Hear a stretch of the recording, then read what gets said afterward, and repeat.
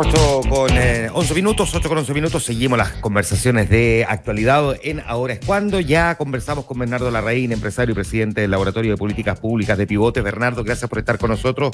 Bienvenido, buenos días. Muchas gracias, Juan Manuel. Buenos días. Hay harto lo que conversar, pero déjame partir preguntándote, al menos en una mirada bien general, no te pido detalles técnicos, pero este nerviosismo por las consecuencias de la nueva crisis bancaria que pareciera estar en ciernes, al menos con la caída de dos bancos, el Silicon Valley Bank y también el Signature Bank, que estamos viendo está teniendo un cierto efecto dominó importante desde ayer y hasta hoy día en la mañana.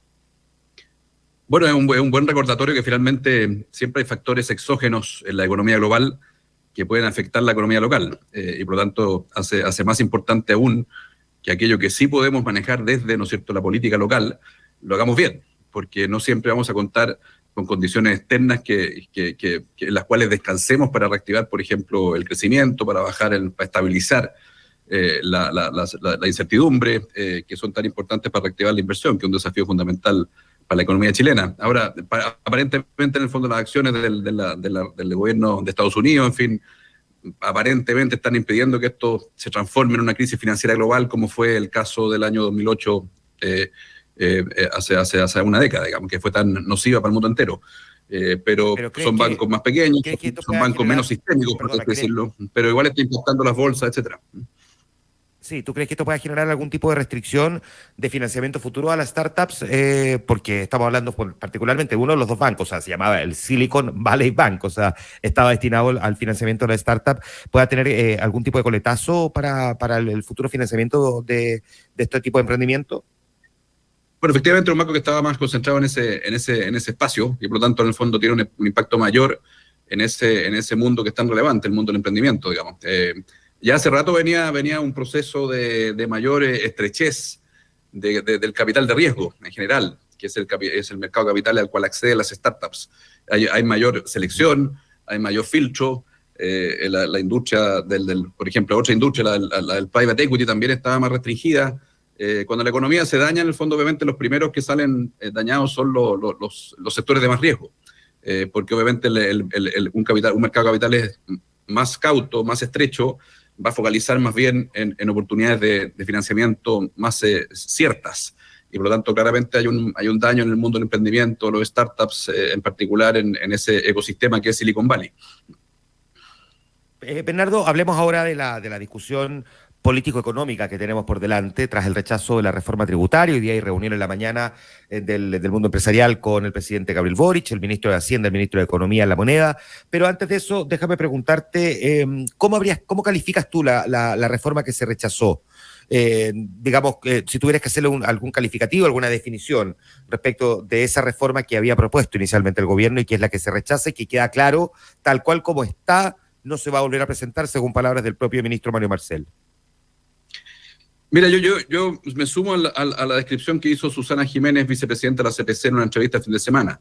Lo que se rechazó no es un pacto tributario, no era un pacto tributario. Era una reforma tributaria con serias deficiencias de diseño.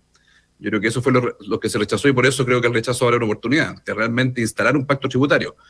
Cuando uno habla de un pacto tributario y distingue ese concepto de lo que sería una reforma, bueno, un pacto, uno, es mucho más transversal, con sostenibilidad a largo plazo. Claramente esa reforma no tenía apoyo transversal, lo demostró la votación en la Cámara de Diputados.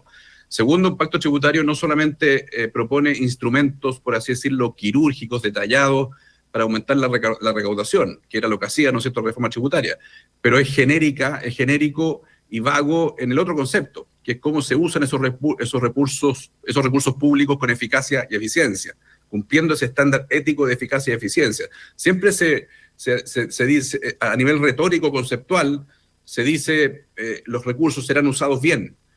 Pero ¿cómo se van a usar bien los recursos si no tomamos con seriedad una agenda de modernización del Estado, por ejemplo, que permita terminar con una cosa que hoy día ocurre? El 50% de los directivos de hospitales públicos hoy día se designan por criterios políticos y solamente la mitad se designan por alta dirección pública. Hay un estudio reciente de economistas de la Universidad de Berkeley y de la Chile, chilenos, digamos, que están en la frontera del conocimiento, que indicaba una cosa tan grave como la siguiente: en aquellos hospitales públicos cuyos directivos se designaron por alta dirección pública, con criterios meritocráticos, técnicos, procesos abiertos, competitivos, bajó la mortalidad de esos hospitales en un 8%. Tan grave es la postergación de la agenda de modernización del Estado como para llegar a eso.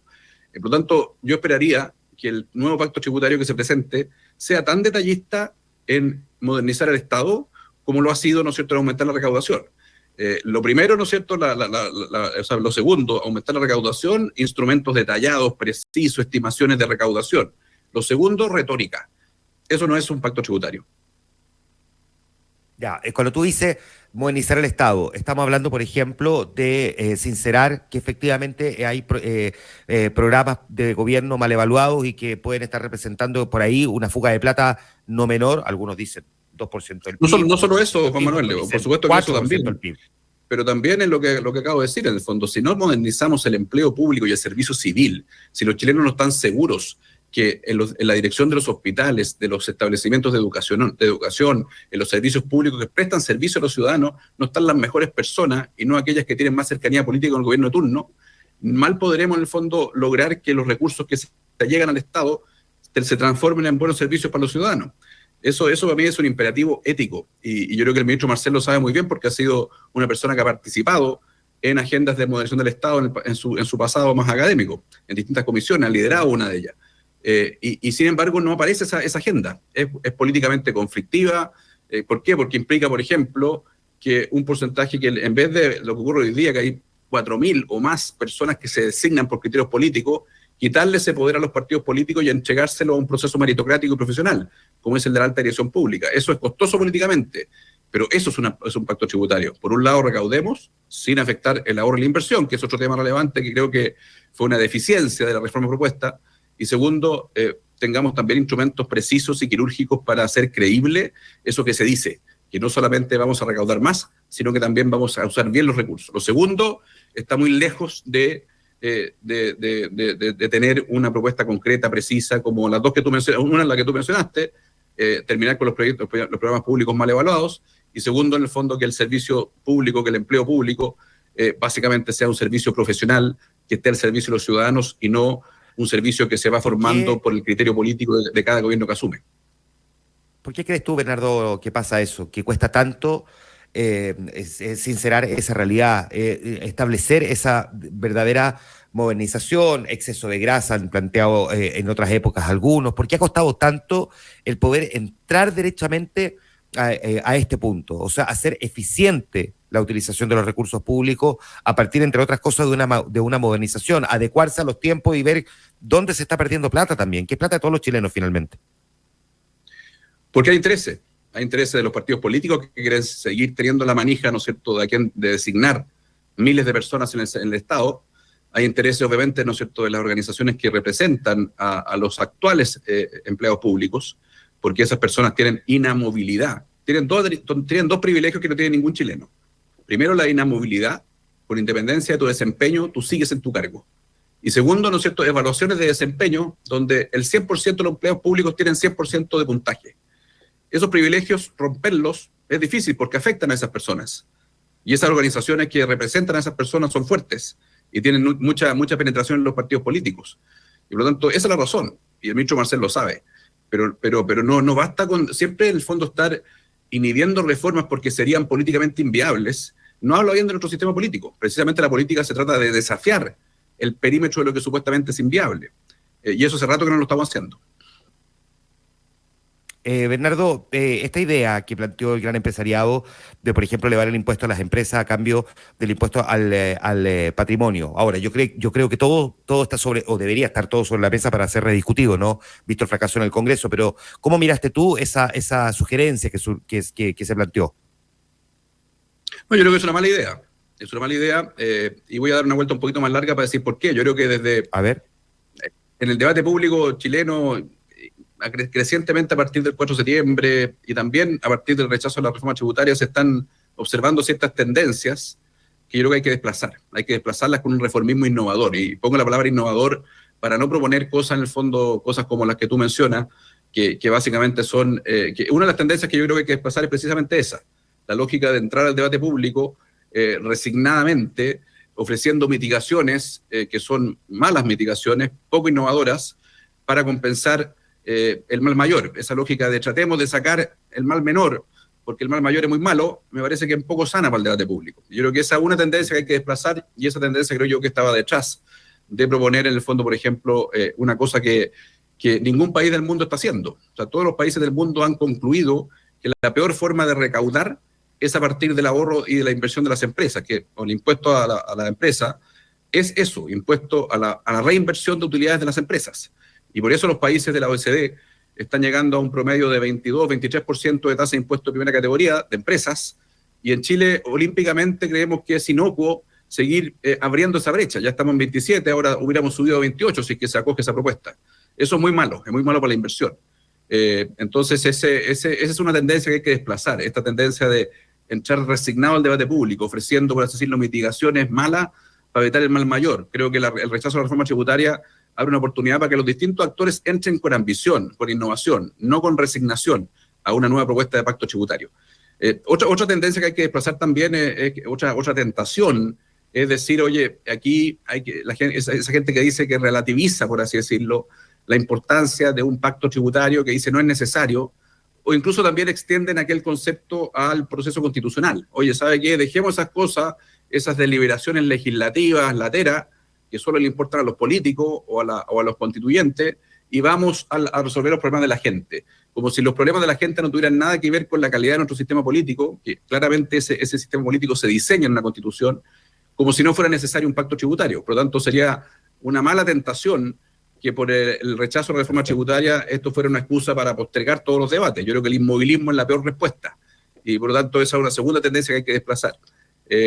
Y otra que yo encuentro, volviendo al tema constitucional, digamos, una tercera tendencia que creo que tampoco es buena, es que nos pasemos del péndulo del maximalismo refundacional, por así decirlo, del texto rechazado, a una lógica de que el nuevo texto sea un minimalismo inocuo, que no en el fondo entre en discusiones relevantes. Una constitución que es meramente, por así decirlo, genérica, retórica, bueno, finalmente también habrá sido una oportunidad perdida.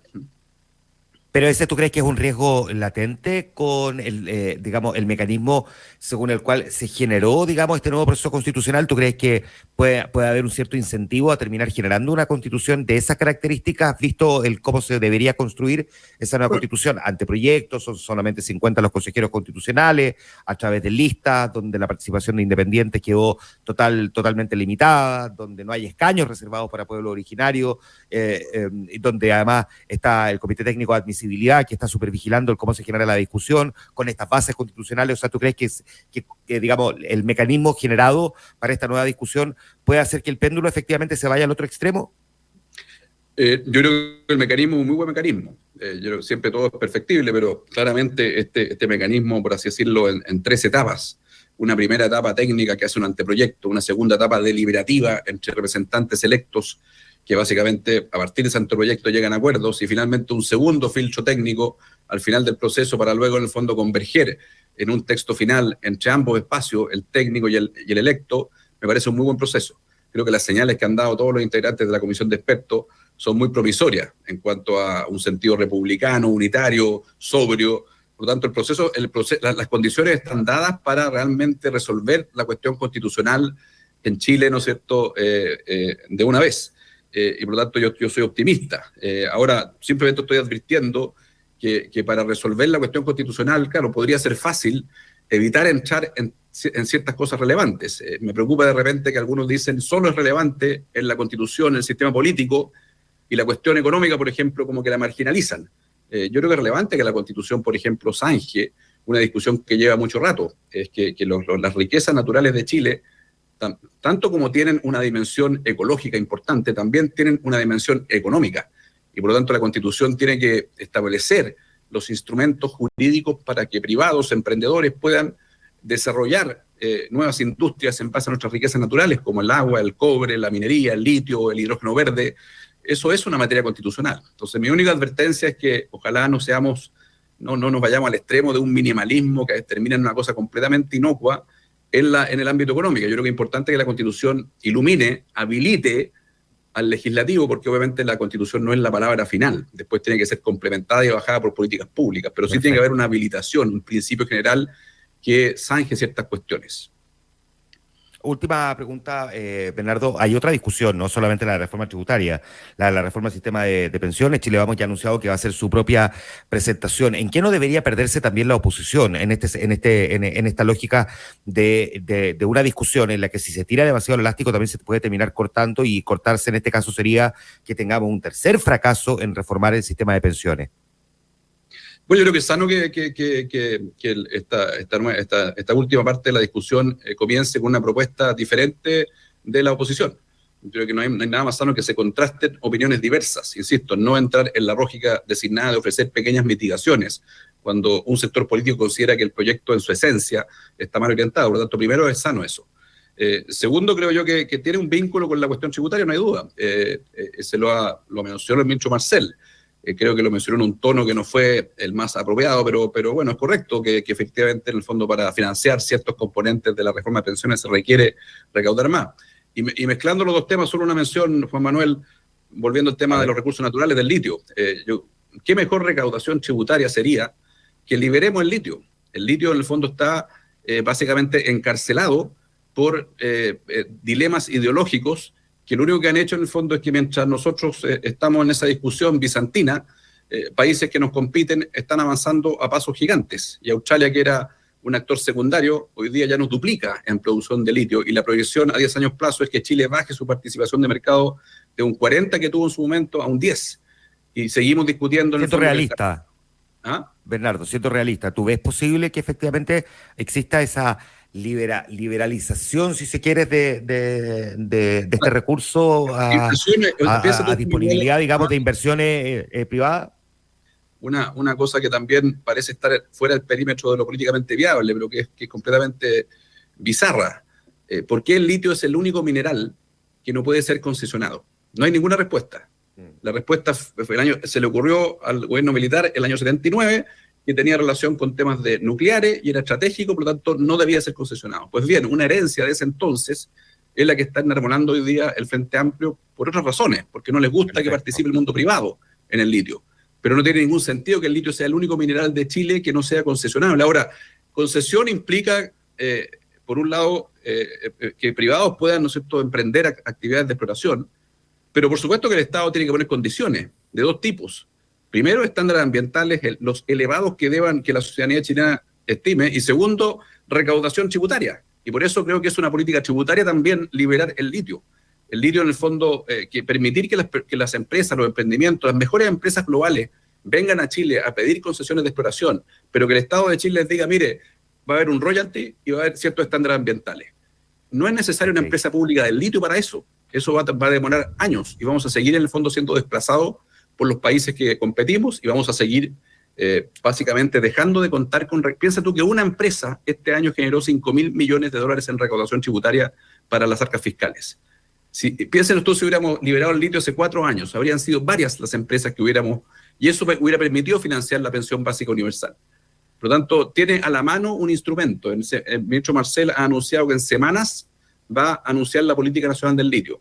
Puede que yo no tenga problema que exista un camino que sea la empresa pública del litio, pero que en paralelo se abra a que los actores privados pidan concesiones de exploración para desarrollar el recurso y ponernos a tono con Australia y recaudar más. Y esa recaudación es un ingreso tributario permanente, porque puede financiar en el fondo gasto social permanente. Bernardo Larraín, empresario presidente del Laboratorio de Políticas Públicas de Pivotes, conversando también esta mañana con nosotros. Bernardo, como siempre, un gusto poder conversar contigo. Muchas gracias. Muchas gracias, Juan Manuel.